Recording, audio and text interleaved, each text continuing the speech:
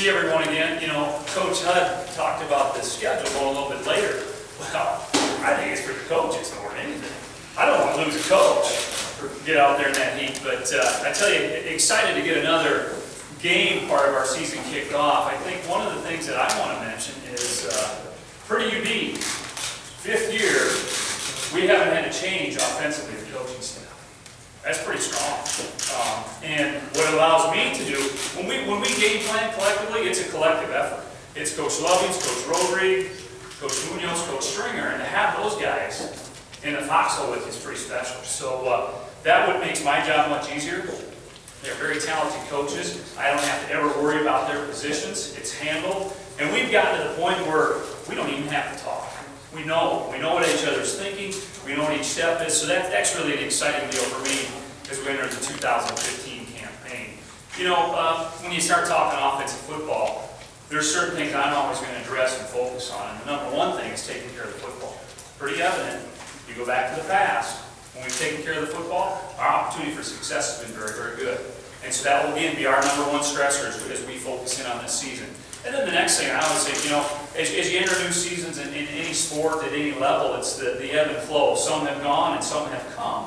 And it's always that challenge of the some that are coming in, how do they intermix and fit those places that we've lost. And you know, we've lost some very good football players. But I'm excited. I'm excited of the guys we have coming in because they've been a part of this deal. They know what the culture is. They know what the expectations are. So it's our job, as we talked about the staff earlier, to how can we best put those guys in position to make plays. And at the end of the day, we feel that's our job. You know, identify the playmakers.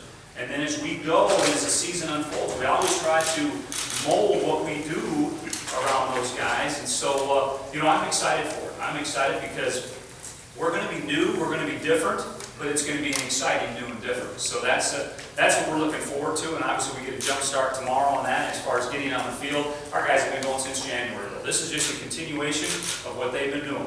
All the work they put in the off-season and spring ball, and so it's looking for some real positive things in the upcoming.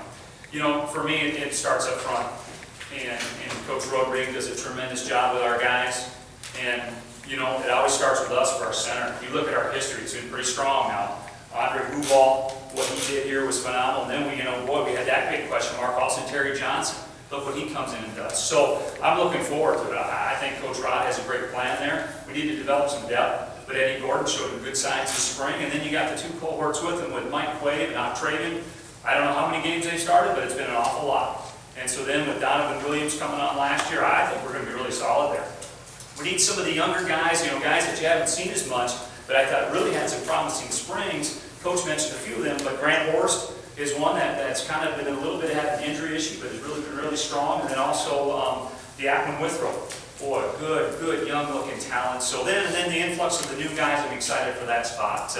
You know, running back, obviously Eli coming back, but I tell you what, we got a committee of 3 that have been in this program for a long time. Montrell Carter, Ephraim Reed, and Torrey Pierce have done exceptional things for us, and I look for them with the influx of the new guys to give us a lot of stability there, and we'll kind of see how that matches and unfolds, and I think they all have certain roles that we can address there. The MVPs of our offense, though, and I say it each and every year, are tight ends.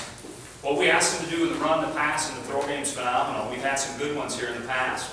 And so, you know, again, Nick Byrne, really look for him to take a step. We need Evan Tackford coming off the injury that's been cleared, ready to go. And then you got to look at some new guys, Jake Beasley, Carlos Robinson, all those guys. So excited there. Receiver core, I really feel it's one of the deepest receiver cores we've had since we've been here.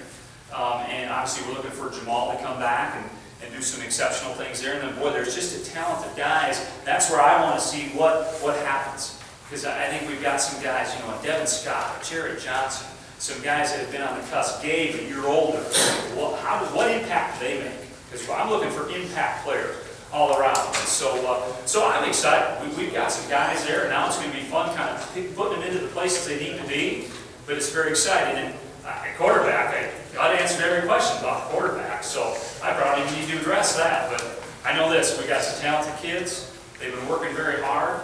And it's their number one goal to raise the level of all around them. And if they can do that and make plays and move this offense, we're going to be very, very successful. So, any questions? You talk about how solid your staff has been. but the last 4 years, you've always also had that sort of coach on the field out there on the center. Is your approach any different this year since you don't really have that established guy? Not necessarily. I feel that, particularly most of the guys, they've been in the room with me for 3 or 4 years, 3 years. And so they know our makeup, they know how I approach it and how we approach it. And I think they're kind of following in the footsteps of the guys that have gone before them. So from approach, obviously I always think it's important as an offensive staff to kind of mold, what you do best or what fits things. So as we get into things and that kind of tells us what we need to do, that might change a little bit. But as far as the other approach, I feel those guys know where we need to go and what we need to do. What are the pros and cons to being an August mountain out there with clear-cut #1 quarterback? Oh, I don't know, Tim. I think sometimes, maybe who's that guy at the forefront, because quarterback's going to be a leader on your team. That comes naturally with the position. So I would say that would be one of the things. But, I think the way our guys have competed and how they've gone about it, even started back in last January, it's been a very competitive spirit, but it's been a good spirit, meaning that they're still supporting, and so I don't feel that has held us back in any capacity. And if in any sense, I think it's helped us grow a little bit. So, I think other than just maybe having the one lead guy coming in and all that might change it, but I still think the way our guys have approached it, it's still going to be positive for us. Jamal went down last year. How big of an impact did that? Looking back on it, how big of an impact that had on you guys, and having an impact helping this year was.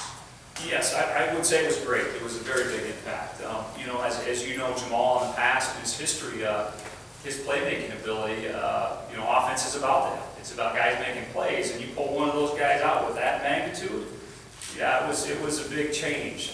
So we needed to adapt a little bit, and we tried to do some things differently when that occurred, and to help us. But to have the fact that he's opportunity to come back is going to be awesome. We need to manage him as we go through camp and take care of him. But if he can kind of pick up, as was mentioned earlier, where he left off, it's just again, when you try to stress defenses and how you can stress them, he's a guy that can stress them, and then that creates some other situations. So we hope he can be a huge impact for us. You mentioned Fusile. What options do you have for using him in different ways?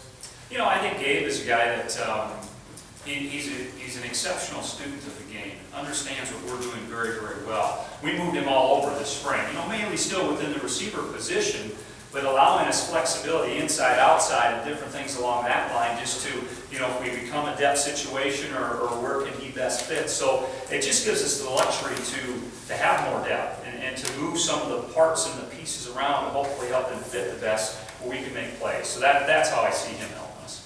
Is there a concern at all for y'all figuring out exactly how much to use Eli, not wanting to overpass him just because he's so important? Very much so. Again, it's going to have to be a great management situation. I know what he can do. And so but you also need to be on that cusp. He needs to be sharp.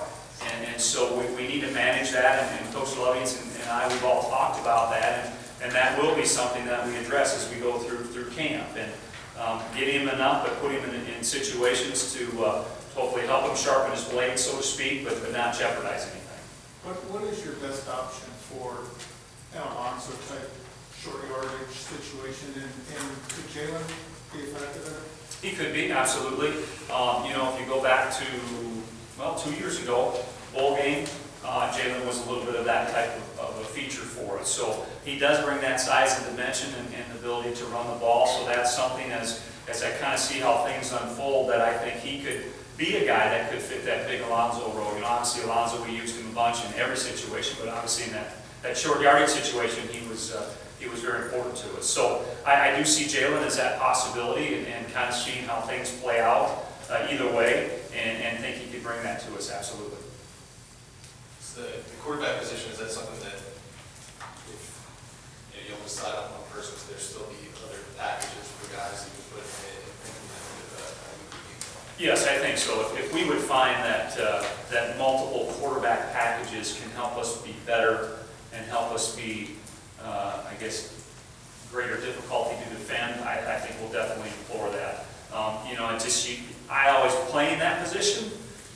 I think it's hard sometimes. If you kind of get in the groove and then all of a sudden, boom, one comes in and one comes. So I would be, very aware of how we're going about it, because being that guy that's out there taking the snap is a little bit, and once you get in that flow and rhythm and things of that nature. So definitely things we would consider, absolutely, but I think we would really try to be very precise in how we use it. With mentioned like Travian, or mentioned some of the other offensive linemen that you've had have been very good ones.